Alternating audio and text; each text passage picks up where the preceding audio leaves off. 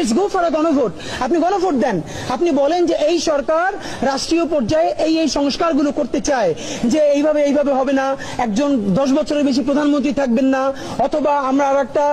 এভাবে সাংবিধানিক কাউন্সিল করতে চাই যেখানে একমাত্র নির্বাহী বিভাগ বা প্রধানমন্ত্রী সকল কিছু তিনি ডিসিশন নেবেন না, ক্ষমতার একটা চেকস অ্যান্ড ব্যালেন্স করতে চাই, রাষ্ট্রপতিকে আমরা সরাসরি জনতার ভোটের মাধ্যমে নির্বাচন করতে চাই, ক্ষমতার বিকেন্দ্রীকরণের জন্য প্রধানমন্ত্রীর কিছু ক্ষমতা আমরা রাষ্ট্রপতির হাতে দিতে চাই, যাতে চাইলেই একজনে ফ্যাসিস্ট কাঠামো আবার তৈরি করতে না পারে। ঠিক আছে, আপনি একদম লিস্ট আকারে দিয়ে তারপর আপনি গণভোট দেন যে এই ব্যাপারে আপনারা রাজি কি রাজি না। আইদার আপনি পলিটিক্যাল পার্টিস গুলোকে রাজি করান, তারা যদি রাজি না হয় আপনার দায়বদ্ধতা রাজনৈতিক দলের কাছে না। তো